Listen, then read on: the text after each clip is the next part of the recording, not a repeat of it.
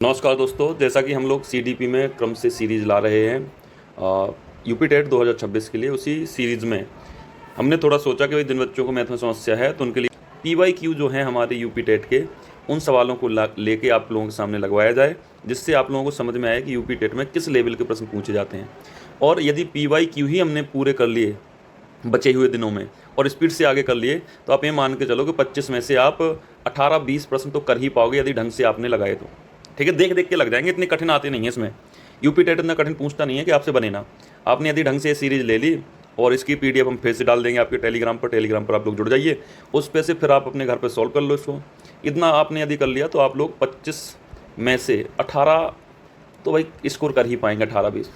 और जो बच्चा अच्छा है, जिसने प्रैक्टिस करी है, पहले से मैथ आता है, और यदि उसने पेपर तक ये सीरीज ले ली तो भाई 25 आउट ऑफ 25 मारेगा। मेरे भी यूपी टेट में 25 आउट ऑफ 25 ही थे। ठीक है, तो ज़्यादा उतना हैवी मैथ इसमें आता नहीं है।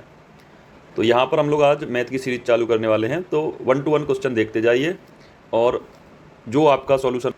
तो देखते हैं आज का पहला प्रश्न। पहला प्रश्न आपका ये रहा। पहला प्रश्न है आपका, 1 से 100 तक की सभी प्राकृतिक संख्याओं का योग कितना होगा। ये हमसे प्रश्न पूछा गया है। अब सबसे बड़ी बात, इसमें आपको आंसर दिख रहा होगा हाईलाइटेड। ठीक है, तो समझना है कि आंसर आया कैसे। तो जब भी क्रमागत संख्याओं का योग पूछा जाए तो हमें फॉर्मूला याद रखना है, n+1/2। यानी जब भी क्रमागत संख्याओं का योग पूछा जाए, क्रमागत कौन सी, प्राकृतिक संख्याएं, 1 2 3 कुछ भी क्रमागत हो, क्रम से हो, तो उनके लिए हमें फॉर्मूला याद रखना है n+1/2। अब यहाँ पर 1 से 100 तक की संख्या है, तो जो लास्ट संख्या होगी उसको हम मानेंगे n, यानी n की संख्या 100 है तो यहाँ पर रखेंगे 100, ब्रैकेट में 100 + 1/2। 2 से भाई 100 को काट दो 50 बार, तो आएगा 50 इंटू, और इस 100 1 से 1 हो जाएगा, मल्टीप्लाई करोगे तो 50 इंटू 50 आएगा। गुणा करना सबको आता होगा, ऑप्शन नंबर सी आपका राइट आंसर होगा। केवल हमें ये फॉर्मूला याद रखना पड़ेगा, ऐसे सवाल आपसे लग जाएंगे। ठीक है, आगे बढ़ते हैं।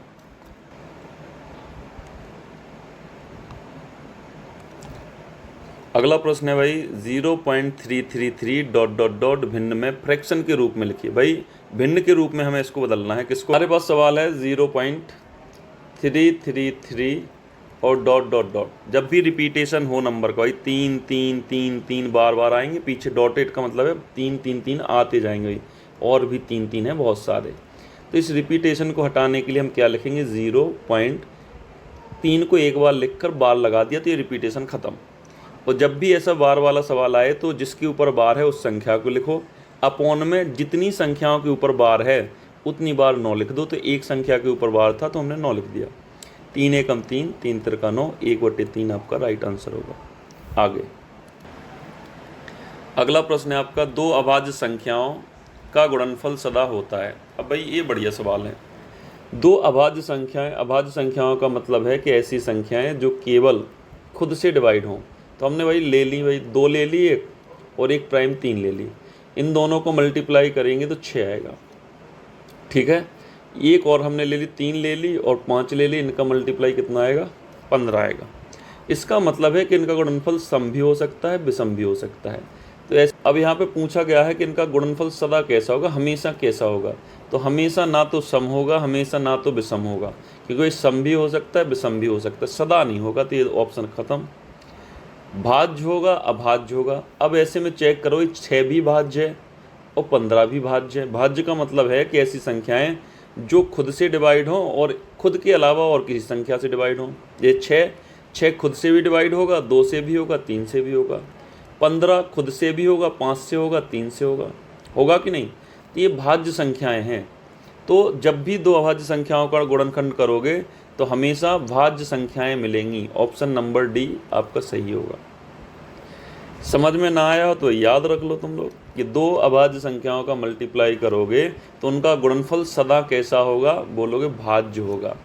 ठीक है, सम विषम दोनों हो सकता है, कभी सम होगा कभी विषम होगा, नंबरों पर डिपेंड करेगा। लेकिन सदा की बात हो रही कि हमेशा क्या हो सकता है, तो बोलोगे भाज्य हो सकता है। आगे अगला प्रश्न है आपका, 2 से 5 के बीच कितनी अभाज्य संख्याएं हैं। अब भाई ये तो बहुत ईजी प्रश्न है। देखो, 2 से 50 के बीच कितनी अभाज्य संख्याएं हैं? तो 1 से 50 के बीच 15 होती हैं, और 50 से 100 के बीच यदि अभाज्य संख्याएं देखें तो होती हैं कितनी? 10। ये याद रखना। और कभी भी आपसे 1 से 100 तक के बीच में अभाज्य संख्याएं पूछ ले तो आप बोलोगे 25, लेकिन प्रश्न पूछा गया 2 से 50 के बीच, तो 1 से 50 के बीच 15 होती हैं। अब 1 से 50 के बीच में 15 हैं, लेकिन पूछ लिया 2 से 50 के बीच। अब इनके बीच की संख्याएं निकालनी है तो 2 काउंट नहीं होगा, और 2 आपका होता है अभाज्य, तो 2 इसमें से हटा दो, यानी 2 एक नंबर है तो हटा दिया, तो 14 संख्याएं बचेंगी। भाई ऑप्शन नंबर कौन सा होगा भाई? 14। ऑप्शन इसमें गलत है, ये 15। बीच पूछा है भाई, 1 से 100 के बीच, 1 से 50 के बीच पूछता तो ये 15 बताते, लेकिन 2 से 50 के बीच पूछ रहा है, तो इसका मतलब है कि 2 और 50 के बीच में जो भी संख्याएं विषम अभाज्य जाएंगी उनको काउंट करना है, ना तो 2 काउंट किया जाएगा ना 50 काउंट किया जाएगा। तो ऐसे केस में संख्याएं आएंगी 14, क्योंकि 2 को तुम हटा दोगे। ठीक है, यदि 2 जुड़ता तो 15 आता, तो ऑप्शन नंबर 14 बिल्कुल ठीक है। आगे, किस संख्या को ना तो अभाज्य माना जाता है और ना ही भाज्य माना जाता है? नंबर लाइन जब भी पढ़ोगे तो नंबर लाइन में तुम याद रखोगे भाई कि जो 1 है ना तो वो प्राइम है और ना कंपोजिट है, ना तो भाज्य है ना ही अभाज्य। याद रखोगे एक, ये भाई फैक्चुअल क्वेश्चन है जो याद रखने पड़ेंगे तुम्हें। 0.625 को सरलतम भिन्न में व्यक्त करने पर क्या प्राप्त होगा? केवल आपसे इतना पूछा गया कि 0.625 को भिन्न के रूप में बदलिए। तो भिन्न के रूप में बदलने के लिए हम क्या करेंगे? इसके नीचे बनवान सकते भाई, किसी भी संख्या के नीचे बनवान सकते। पॉइंट हटाने के लिए हमें यहाँ से पॉइंट हटाना है, तो क्या करेंगे? पहले संख्याएं गिनेंगे, इसके पीछे कितनी है, 1 2 3, 3 संख्याएं, तो नीचे 3 0 जोड़ दो और इस पॉइंट को फिर हटाया जा सकता है। अब संख्या बची ऊपर 625 अपॉन 1000। अब इसको डिवाइड कर लो भाई, किससे कटेगा? 25 से काटोगे 25 बार, और 25 से 4 बार 40 बार, यानी 25/40 से आएगा। 25 से फिर 5 से काट दो, 5 25 पठत्ते 40, 5/8 कहीं ऑप्शन में है क्या? तो बोलोगे हाँ, ऑप्शन नंबर ए ठीक है। अगला प्रश्न है आपका,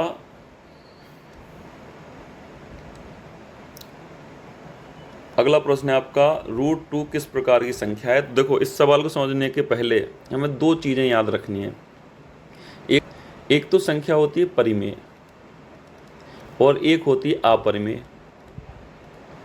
अब इनको समझ लिया तो सारे सवाल आपसे हो जाएंगे भाई। ऐसे परिमेय संख्या का मतलब है जिन संख्याओं को हम P/Q के फॉर्म में लिख सकें और जिसमें Q की वैल्यू 0 के बराबर ना हो। ये तो डेफिनेशन हुई। केवल आपको ये याद रखना है जिन संख्याओं को हम भिन्न के रूप में लिख सकते हैं वो परिमेय होंगी, और जिनको हम भिन्न के रूप में ना लिख सकें उनको हम अपरिमेय बोलेंगे। देखो कैसे, कोई भी संख्या हमने ली 2 को हम भिन्न के रूप में लिख सकते हैं, बोलोगे हाँ, सभी संख्याओं के नीचे मान सकते हैं। ठीक है भाई, तो ये भिन्न हो गई, तो इसका मतलब ये परिमेय है। 0.5 लिया तो अभी हम लोगों ने देखा था, पॉइंट हटाने के लिए जितने संख्या पीछे थी नीचे 1 लगा के उतने 0 बढ़ा दो, तो ये भी भाई भिन्न बन गई। इसका मतलब ये भी परिमेय है। तो जितनी भी संख्याएं सारी परिमेय होंगी, बस उन संख्याओं को आपको याद रखना है जिसमें रूट लगा हो। लेकिन रूट कैसा? ऐसा नहीं कि 4 में रूट लगा, 4 का तो वर्ग निकल जाएगा, 2 आ जाएगा, तो ये परिमेय हो जाएगा। तो हमें ऐसी संख्याएं देखनी है जिसका वर्गमूल ना निकले या घनमूल ना निकले। जैसे ऐसा लिखा है भाई 3 का क्यूब, तो इसका क्यूब रूट नहीं निकलेगा, इसका मतलब यही अपरिमेय है। तो आपको केवल याद रखना है ऐसी संख्या रूट में हो जिसका क्यूब रूट और स्क्वायर रूट ना निकले, उनको हम अपरिमेय बोलेंगे। दूसरा, ऐसी संख्याएं जिनके ऊपर बार लगा हो, बार वाली भी संख्याएं कैसी होंगी? अपरिमेय होंगी। क्लियर है? इतना याद रखना भाई। तो ये जो √2 है ये कैसी है? अपरिमेय संख्या है। ऑप्शन नंबर सी सही होगा। और बाकी कितनी भी संख्याएं लिख दो, 100 1000 लाख 500, कोई भी संख्या आपने लिख दी, वो सारी की सारी कैसी होंगी? परिमेय होंगी। क्लियर है ना भाई? चलो देखो, ऐसे भी सवाल पूछा जा सकता है इस पर। देखो एक सवाल हो भाई, इंपॉर्टेंट है। ऐसे भी सवाल पूछा जा सकता है +√2 ये परिमेय है कि अपरिमेय है? तो जब भी किसी संख्या में मल्टीप्लाई में रूट हो, ठीक है, मल्टीप्लाई में हो, प्लस में हो, भाग में हो, तो सारी संख्याएं कैसी बन जाएंगी? अपरिमेय बन जाएंगी। चाहे इसको ऐसा लिखा जाए तो भी अपरिमेय है, चाहे इसको ऐसा लिखा जाए तब भी अपरिमेय है। समझ में आया? तो संख्या चाहे रूट वाली प्लस में हो, डिवाइड में हो, मल्टीप्लाई में हो, ये सब अपरिमेय में जाएंगी। तो बस इतना ख्याल रख लो भाई। इसीलिए हम इतना एक्सप्लेन कर रहे हैं आप लोगों को यदि परिमेय अपरिमेय पे सवाल आए तो गलत ना हो आपसे, ठीक है। चलो इस प्रश्न को देखो, यूपी टेट 2019 का है। सवाल क्या है, यदि किसी संख्या के 3/5 का मान 48 है तो संख्या क्या है। देखो अब किसी संख्या में पता नहीं कौन सी संख्या, तो हमने मान ली संख्या है x। का मतलब होता है मल्टीप्लाई। किसी संख्या के 3/5 का मान 48 है तो भाई हमने 48 रख दिया, ठीक है। यदि किसी संख्या के 3/5 का मान, तो जहाँ भी का लगा हो, का मतलब होता है मल्टीप्लाई, तो 3/5 का गुणा करना था किसी संख्या में। संख्या हमारे पास है नहीं तो हमने मान ली संख्या है x। तो x में 3/5 का गुणा करेंगे तो इसका मान उसने बोला 48 आएगा, तो हमने बराबर करके 48 रख लिया। इसको सॉल्व करोगे भाई, सॉल्व करना बेहद आसान है। हम लेकिन बिल्कुल डिटेल में जाएंगे जिससे आप लोग जो बिल्कुल कमज़ोर वर्ग भी होगा वो भी इस चीज़ को कनेक्ट कर पाए। तो 3 का गुणा x में किया, 3x हो गया, और नीचे भाई कुछ नहीं था तो 1 मान लो, 5 का गुणा हुआ तो 5 हुआ। क्लियर। अब इसके नीचे भी हम 1 मान सकते हैं, हम लोगों ने ऐसा भी डिस्कस किया था कि किसी भी संख्या के नीचे हम 1 मान सकते हैं। अब यहाँ से हमें क्या करना है, 3 हटाना है, यहाँ से 5 हटाना है। 5 का क्रॉस मल्टीप्लाई करेंगे ऊपर 48 में होगा, और 3 का क्रॉस मल्टीप्लाई होगा 1 में। तो x बराबर कितना बचेगा भाई, 48 गुणे 5, 5 ऊपर जाएगा और नीचे 1 के गुणा में आएगा 3। तो इसका और सॉल्व करेंगे तो होगा x बराबर 3 से कटेगा क्या, 3 से काटोगे 3 एकम 3, 3 18, 16 बार, तो 16 गुणे 5, 16 पंचे 80, संख्या 80 होगी। ऑप्शन नंबर सी ठीक है। क्लियर है भाई। तो ये बिल्कुल बेसिक प्रश्न है। जहाँ भी आपको जो चीज़ें समझ में ना आए वो आप कमेंट में, या जो भी समझ में आपको सवाल ना आए उसको स्क्रीनशॉट लेके मेरे मोबाइल नंबर पर 8953660877 पर सीधा मैसेज कर सकते हो। 12 और 18 का एलसीएम क्या होगा, ये तो बहुत ज़्यादा बेसिक सवाल है। एलसीएम है 12 का निकालना है और 18 का। तो भाई इस तरीके से अपन ने यूपी बोर्ड में सीखे हैं कि भाई 2 और 18 का एलसीएम निकालना है, तो ऐसे लिख लेते हैं हम लोग और भाग देते हैं किसी संख्या से। 2 से दिया, प्राइम नंबर से भाग देते हैं, 2 6 12 और 2 9 18। फिर 2 से दिया, 2 3 6 और 9 में जाएगा नहीं तो 9 को 9 लिख दो। फिर 3 से दे दो, 3 एकम 3, 3 3 9, और फिर से 3 से दे सकते, 3 एकम 3। तो भाई इनका मल्टीप्लाई कर लो। एलसीएम का मतलब क्या है, सारे फैक्टर का मल्टीप्लाई। तो 2 दूनी 4, 4 तिया 12, 12 तिया 36, एलसीएम होगा 36। ठीक है, आगे तो बेसिक था भाई बहुत। 36 और 48 का एचसीएफ क्या होगा। अब एचसीएफ निकालना है, हाईली कॉमन फैक्टर, इसी को हिंदी में बोलते हैं मासा। मासा, ठीक है, मासा निकालना है 36 का। तो मासा निकालने के लिए हम 36 के फैक्टर करेंगे, 48 करेंगे। तो यहाँ पे 36 के अलग से फैक्टर कर लो। फैक्टर का मतलब है गुणनखंड। आते होंगे आप लोगों को, नहीं आते तो ये देखो यहाँ भाग देते हैं हम। 36 में किससे जाएगा, 2 से जाएगा, 2 एकम 2 18, 2 से दिया 2 9 18, 3 से दिया 3 3 और 3 से दिया 3 एकम 3। तो 36 के फैक्टर हुए 2 गुणे 2 गुणे 3 गुणे 3। इसी प्रकार से आप फैक्टर कर लो किसके, 48 के। यहाँ पे 48 के होंगे 2 और कितना हो जाए, फिर 2 से 12, फिर 2 से और फिर 3। तो 36 के फैक्टर 2 × 2 × 3 × 3 हुए थे, 48 के हुए 2 × 2 × 2 × 2 × 3। अब एचसीएफ का मतलब होता है कि जो दोनों के फैक्टर में कॉमन हो। भाई कॉमन कौन सी संख्या, देखो ये 2 कॉमन है, पेन चेंज कर लें यहाँ पे भाई, देखो ये समझना आसान हो जाएगा कलर चेंज करने पर।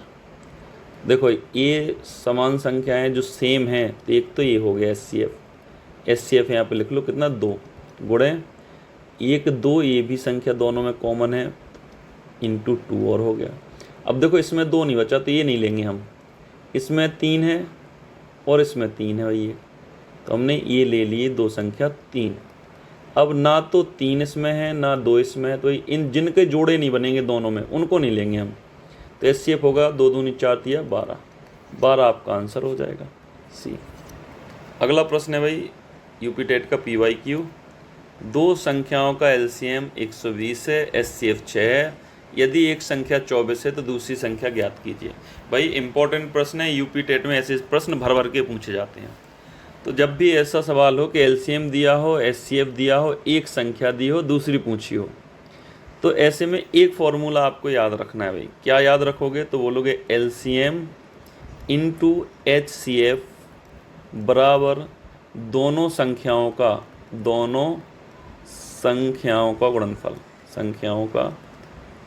गुणनफल या संख्याओं का गुणनफल भी बोल सकते हो। ठीक है। अब यहाँ पे हमें दूसरी संख्या निकालनी है। LCM HCF हमारे पास है, LCM रख दो 120 इंटू HCF कितना है, पेन चेंज कर लें भाई, कलर ये मज़ा नहीं आ रहा इसमें। HCF कितना है? तो 6 रख दिया। दोनों संख्याओं का गुणनफल, तो दोनों संख्याओं में एक संख्या उसने हमें दी है, दूसरी हमें निकालनी है, तो उसको हमने मान लिया x। ठीक है। अब x निकालना है तो 24 को इसके नीचे ले जाओ भाई, डिवाइड कर दो, तो ये हो जाएगा 120 इंटू 6/24। 6 से काटा, 6 से कितनी बार चौको 24, 4 से काटोगे 4 तिया 12 30, तो आंसर आएगा दूसरी संख्या कितनी होगी 30, ऑप्शन नंबर बी। ठीक है। तो ये इम्पोर्टेंट है भाई आप लोगों के लिए फॉर्मूला। जब भी या फिर सवाल कैसे पूछेगा, दोनों संख्याएं दे देगा, LCM दे देगा, HCF पूछ लेगा, तो जो संख्याएं दी हैं उसकी वैल्यू इसमें रख देना और जो नहीं दिया उसको कैलकुलेट कर लेना। तो ये इम्पोर्टेंट है, मार्क करके रखो भाई। अब इस सवाल में घंटियों के टाइम दिए गए, हमेशा ये भी प्रश्न भाई बहुत इंपॉर्टेंट है, ये भी पूछा जाएगा आपसे। तो जब भी ऐसा सवाल बने कि 6 सेकंड 8 सेकंड 12 सेकंड बाद घंटियाँ बजती हैं, अगला प्रश्न है भाई 3 घंटियाँ 6 8 12 सेकंड बाद बजती हैं, वे पहली बार एक साथ कितने सेकंड बाद बजेंगी। देखो सवाल इंपॉर्टेंट है, हमेशा ये घंटियों वाला प्रश्न आपका पेपर में यूपी टेट में देखा जाएगा, एक आध प्रश्न ऐसा मिलेगा। तो जब भी घंटियों का समय दिया हो 6 8 12 सेकंड में बजती हैं, तो पहली बार अब कब बजेंगी एक साथ, यानी अभी बजी, सपोज कर लो 10 बजे, तो अगली बार एक साथ कितने बजे बजेंगी या कितने समय बाद बजेंगी, ये हमें बताना है। तो ऐसे सवालों को करने के लिए हमेशा आपको जहन में रखना है LCM, तो जो भी इनके समय है उनका LCM निकाल दो, वही समय होगा, उतने समय बाद फिर से घंटियाँ बजेंगी। देखो तो हमने 6 8 और 12 सेकंड का LCM निकाला, तो ये आम तौर पर कितना आएगा 24 आएगा। ठीक है। और 24 ही इसका आंसर होगा। क्या होगा आंसर भाई 24। क्यों? देखो सपोज करो कि भाई अभी ये घंटियाँ बजी 10 बजे, तो अगली बार कब बजेंगी, तो बोलोगे 10:24 पर, यानी 24 सेकंड बाद बजेंगी। ठीक है। तो इस समय दिया है कितनी देर बाद, 24 सेकंड बाद बजेंगी। कभी भी प्रश्न ऐसे पूछ ले कि 10 बजे बज रही थी, अब कब बजेंगी, तो अब बोलोगे 10:24 पर। क्लियर है। तो ऐसे भी प्रश्न पूछे जा सकते हैं। केवल घंटियों पर बेस्ड सवाल आएगा तो तुम्हें LCM करना है। LCM करोगे तो उतने सेकंड या उतने मिनट बाद आपकी क्या होगी, घंटियाँ बजेंगी। यदि यहाँ पे सेकंड की जगह मिनट होता तो 24 मिनट बाद बजती। क्लियर है भाई। अगला प्रश्न है 3/4 5/6 7/8 में सबसे बड़ी भिन्न कौन सी है। तो ये भी भाई बेसिक सा ही प्रश्न है। 3/4 5/6 और 7/8, इन सवालों को लगाने के लिए सबसे पहले हमें 4 6 8 का क्या लेना होगा, LCM। और LCM लोगे तो इसका भाई कितना होगा, 2 दूनी 4 और दूनी 8 और 3, तो इसका LCM होगा 12 है। 2 दूनी 4 दूनी 8 8 3 24, 12 नहीं 24 होगा, 24। ठीक है। LCM 24 आया। 4 की टेबल में 24 कितनी बार में आएगा, 6 बार। 6 का गुणा कर दो तो 18, 6 चौको 24, 4 का गुणा करोगे 4 पंचे 20, 8 तिया 24, 3 का गुणा करोगे 7 तिया 21। अब इन संख्याओं में जो संख्या बड़ी होगी वही भिन्न बड़ी होगी। तो इन सब में बड़ा है 21, 21 किसकी जगह आया, 7/8 की जगह। इसका मतलब सबसे बड़ी भिन्न है 7/8, ऑप्शन नंबर सी। जब भी सवाल ऐसा पूछा जाए LCM करोगे, जैसे भिन्न में हम लोग करते हैं वैसे ही मल्टीप्लाई करके यहाँ पे लिखोगे चीज़ों को, और जो संख्या बड़ी होगी उसका भाई फ्रैक्शन देख लो किसके लिए लिखा है, तो वही संख्या बड़ी हो जाएगी। ठीक है। अगला प्रश्न है आपका 0.1 0.001 का मान क्या है। भाई मल्टीप्लाई करना है, कैसे करोगे भाई। ये प्रश्न भाई आमतौर पर बहुत ज़्यादा पूछे जाते हैं और गलतियाँ भी बहुत ज़्यादा होती हैं। तो सुनो, मल्टीप्लाई 1 का 1 में करोगे 1 होगा, 1 का 1 में करोगे 1, यानी 1 1 1 दिखेगा तो आंसर 1 ही आएगा। अब देखो भाई खेल यहाँ पर है। अब यहाँ पर हमें पॉइंट देखना है कितने अंकों पर है, तो 1 2 3 3 अंकों पर लगा पॉइंट पीछे से, यानी इकाई के अंक से गिनते हैं हम। भाई यहाँ से इकाई का मतलब भाई दशमलव के पीछे काउंट करो कितने संख्याएं हैं, 1 2 3 संख्या। यहाँ पे कितनी है 2, तो 3 2 5, और यहाँ पे कितनी 6। समझ में आ रहा भाई? हमें करना क्या है, दशमलव के पीछे की संख्या टोटल काउंट करनी है। 3 यहाँ पर हैं, 2 यहाँ पर हैं, 1 यहाँ पर, 3 2 5 1 6, यानी 6 अंकों पर दशमलव लगाना है। संख्या अपनी 1 है, अब दशमलव लगाना है 6 अंकों पर, तो ये तो 1 ही है, तो 6 अंकों के लिए हमें 0 जोड़ने होंगे। 1 अंक, 2 अंक, 3 अंक, 4 अंक, 5 अंक, 6 अंक, और यहाँ पर दशमलव आएगा, तो आंसर ये हो जाएगा। तो देखो ये कहाँ पर है, 1 2 3 4 5 ही है इसमें, तो ये है भाई 6 वाला। समझ में आया? जब भी ऐसे पॉइंट वाले सवाल आएंगे तो 1 1 1 का मल्टीप्लाई किया, बनाया। अब यहाँ पे दशमलव के पीछे संख्याएं काउंट करो कितनी है टोटल, तो 1 2 3 4 5 6, 6 अंकों में दशमलव लगाना। संख्या थी हमारे पास 1, तो इसको 1 काउंट किया, 2 3 4 5 6, उतने 0 लगा लो जितने की तुम्हें ज़रूरत है, और उसके आगे पॉइंट लगा दो। ऑप्शन ए ठीक हो जाएगा। अगला प्रश्न है आपका यूपी टेट। भाई ये समय दिया है कि 2017 का प्रश्न है, 5/8 3/4 -1/2 का मान क्या है? भिन्न है, सिंपल सी, ये आप लोगों को आ जानी चाहिए। सवाल करके बताओ आप लोग। देखो कि हम ही बता दें, देख लो, आती है बढ़िया है, नहीं आती तो देखो। सेम चीज़ एलसीएम करेंगे, एलसीएम कितना आएगा 8, 2 में एक बार, यानी 8 की टेबल में 8 एक बार, तो 5 गुणे 1 करेंगे तो 5 ही आएगा। 4 की टेबल में 2 बार, तो 2 का गुणा 3 में करेंगे 6 आएगा। और 2 की टेबल में 8 4 बार आएगा, तो 4 का गुणा करेंगे तो 4 ही आएगा। पॉजिटिव संख्या ए प्लस ए जुड़ जाएंगी, 6 5 11 -4/8, 11 में से 4 जाएगा तो कितना बचेगा भाई, 6 4 10 7, 7/8, 7/8 आपका आंसर है। ठीक है, आगे। ये तो बिल्कुल निहायत ही बेसिक प्रश्न था भाई, भिन्न है आपकी। अगला प्रश्न है भाई, 2 की घाते 3 की घाते 2 का मान क्या होगा? बढ़िया प्रश्न है भाई, बनेगा प्रश्न। देखो 2 की घाते 3 की घाते 2, अब इसका मतलब क्या है, 2 की घाते 3 लिखा है और यहाँ पर 2 है, तो सबसे पहले 2 की घाते 3 है, तो इसको हम जितनी घातें होंगी उस संख्या को उतनी बार गुणा में लिखा जा सकता है। जैसे 2 की घात 3 है तो 2 को हमने 3 बार लिख दिया गुणा में, और इसके ऊपर देखो 2 घाते तो हमने 2 लिख दिया। इतना क्लियर हुआ?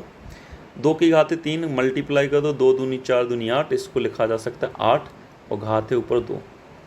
फिर 2 घात है तो 8 को हम कितनी बार लिख सकते हैं, 2 बार लिख सकते हैं, तो 8 गुणे 8, 8 रंजा 64, आपका 64 आंसर होगा। ठीक है।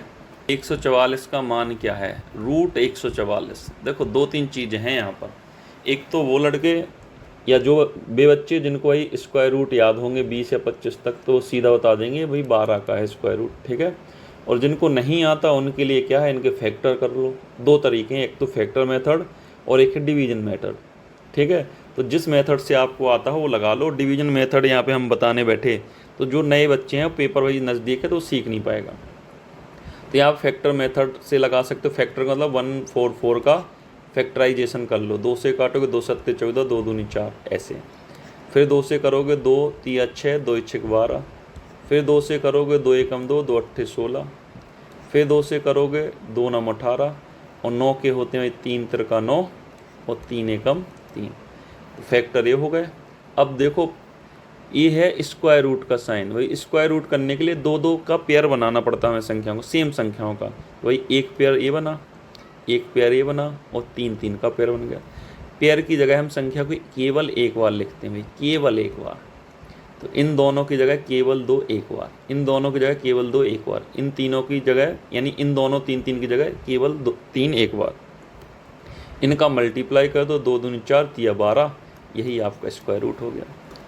अगला प्रश्न है 5 की घात 0, 5 की घात 1, 5 की घात -1 का मान क्या होगा? इंपॉर्टेंट है भाई, ऐसे प्रश्न भर भर के पूछे जाएंगे, मज़ा आएगा आपको लगाने में भी। ठीक है। यूपी टेट का PYQ क्वेश्चन है, इंपॉर्टेंट प्रश्न है भाई, ध्यान से समझिएगा और जहाँ समझ में ना आया बताना हमें। आपको याद रखना है किसी भी संख्या की पावर 0 है, कोई भी संख्या हो भाई, ऐसे किसी भी संख्या की पावर 0 है तो इसका मतलब होता है इसका मान 1 है। जैसे 5 की घात 0, इसका मान 1 होगा। 6 की घात 0 1 होगा। 100 की घात 0, इसका मान 1। यानी कोई भी संख्या हो घात में 0 है तो वैल्यू हमेशा 1 होगी। ठीक है। तो यहाँ पे सवाल हमने लिखा 5 की घात 0 प्लस 5 की घात 1 प्लस 5 की घात -1, इसकी वैल्यू होगी 1। अभी हम समझ चुके। प्लस 5 की घात 1, 1 होने का मतलब है 5 का 5 ही रहेगा, 6 की घात 1 है तो 6 का वैल्यू 6 ही रहेगा, 7 की घात 1 है तो 7 की वैल्यू 7 ही रहेगी, ठीक है। और माइनस घात है तो ये भाई क्या होगा, ऊपर से नीचे जाएगा, इसके नीचे हम 1 मान सकते हैं, इसको पलट दोगे तो ये माइनस घात प्लस हो जाएगी, तो इसको हम लिख सकते हैं 1/5 की घात 1। इतना समझ में आया हो तो बताओ। जब भी माइनस पावर होगी किसी भी संख्या के ऊपर तो इसको हम पलट देंगे, उल्टा कर देंगे, तो ये घात प्लस में हो जाएगी। अब हमारे पास संख्या होती है 1 + 5 यानी 6 हो गया, प्लस 1/5 की घात 1, अभी हमने पढ़ा था कि 5 की घात 1 हो तो 5 ही वैल्यू होगी, तो यहाँ पे 5 लिखेंगे। ये बन गई भिन्न हमारी, इसको सॉल्व कर लो, एलसीएम आएगा 5, 1 की टेबल में 5 5 बार आएगा तो 5 का गुणा कर दो, 6 पंचे 30, प्लस 5 की टेबल में 1 तो 1, 31/5 आएगा। और यदि ऑप्शन में ये नहीं है तो भाग दो भाई, 5 से 6 पंचे 30, बचा कितना भाई, 1 बचा, पॉइंट लगाया, 10 हुआ, 5 6 का 5 दूनी 10। भाग तो आता है ना भाई, नहीं आता तो ऐसे कर लो भाई, 5 6 का 30, भाई छोटे हम लोगों ने बहुत पढ़े हैं। 1 बचा। अब देखो भाई 5 की टेबल 1 तो आता नहीं, 1 नहीं आता भाई, पॉइंट लगाओ, पॉइंट लगाओगे तो 0 बढ़ा सकते हो, और 5 की टेबल में 10 कितनी बार में आएगा, 2 बार में। भाई हो गया सवाल 6.2। ए 216 है और घाते ये 3, जब कुछ ना लगाओ तो वर्ग, और यहाँ पे 3 लगाओ तो क्यूब रूट निकालना है हमें, किसका, 216 का। और 216 क्यूब रूट, अब देखो वही बात है कि यदि आपको वर्ग याद हैं 20-25 तक और घन याद है 20-25 तक, तो आप इनको सीधा बता सकते हो कि 6 का क्यूब है। 6 का क्यूब करोगे तो कितना आएगा, 216 आएगा। तो 216 का क्यूब रूट करोगे तो कितना आएगा, 6 आएगा आंसर, ठीक है। तो ऑप्शन नंबर 6। अब करने का तरीका कैसा है, तो वैसा ही जैसा हमने वर्गमूल में बताया था आपको कि भाई 216 के क्या करने हैं, फैक्टर करने हैं। अब ये पूरा नहीं लगाएंगे, केवल बताएंगे 216 के फैक्टर करोगे। अब वहाँ पर हमने 2-2 के पेयर बनाए थे, यहाँ पे हमें 3-3 के पेयर बनाने हैं, और 3-3 के पेयर बना के मल्टीप्लाई करोगे तो 6 आएगा। ठीक, करके देखना, ना आए तो बताना भाई, सॉल्यूशन डाल देंगे हम। अगला प्रश्न है आपका भाई, ये सिंप्लीफिकेशन है, मान ज्ञात करना, ये तो आ जाएगा भाई। जैसे इसको हम लिखें, कैसे लिख सकते भाई, 48 भाग का मतलब डिवाइड में लिखोगे, इंटू 2 + 8 - 4।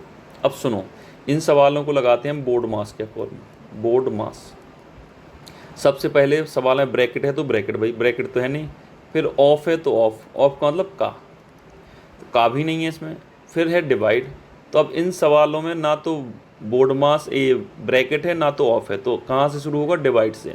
तो सबसे पहले में डिवाइड करना है, फिर एम का मतलब मल्टीप्लाई, ए का मतलब ऐड, और एस का मतलब सब्सट्रैक्ट। तो सबसे पहले डिवाइड करते हैं, फिर मल्टीप्लाई, फिर आपका जोड़ते हैं और फिर घटाते हैं।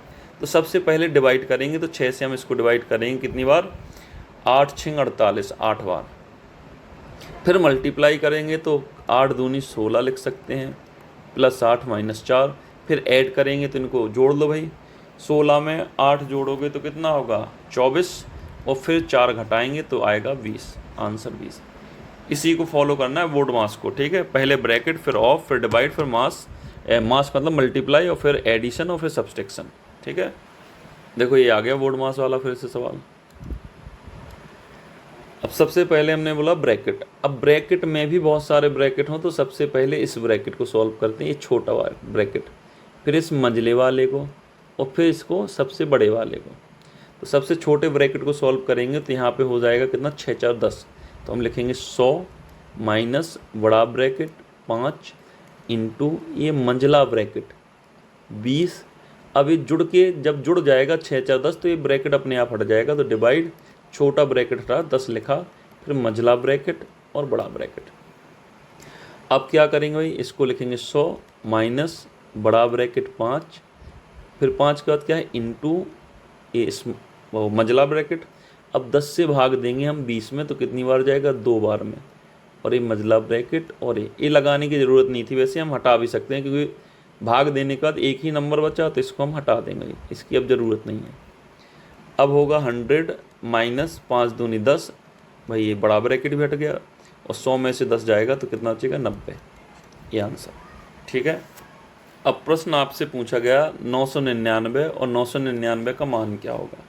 ठीक है, अब ऐसे सवाल पूछे जाएंगे तो हम क्या करेंगे, इसमें इस संख्या को कुछ ऐसे तोड़ेंगे जिससे सवाल सरल हो जाए। तो 999 को हम लिख सकते हैं 1000 माइनस 1 लिख सकते हैं, और इस 999 को भी लिख सकते हैं हम 1000, उसको मत लिखो भाई, फिर तो और ज़्यादा दिक्कत होगी। तो एक को हमने तोड़ लिया, दूसरे को सेम रखा। इतना क्लियर है। अब 999 का हम क्या करेंगे, मल्टीप्लाई करेंगे इसमें, तो हो जाएगा 999 और 3 0 थे, 3 0 माइनस 999 का एक में होगा तो 999। अब दोनों को ही सब्सट्रैक्ट करना है तो घटा लो, इसी के नीचे लिखे ले घटाने के लिए। एक बचेगा, यहाँ पे 10 हो गया तो भाई कितना 0 बचेगा, 10 हो गया 0, यहाँ पे एक 8 कैरी 9 8, तो वही कितना बचेगा 998001 माइनस कर लो। क्लियर है। मल्टीप्लाई कर दे, थोड़ा समय लगता है, ऐसे में थोड़ा जल्दी हो जाएगा। अगला प्रश्न है आपका a + b = 10। इंपॉर्टेंट है भाई। a - b = 4, तो a × b बराबर क्या होगा।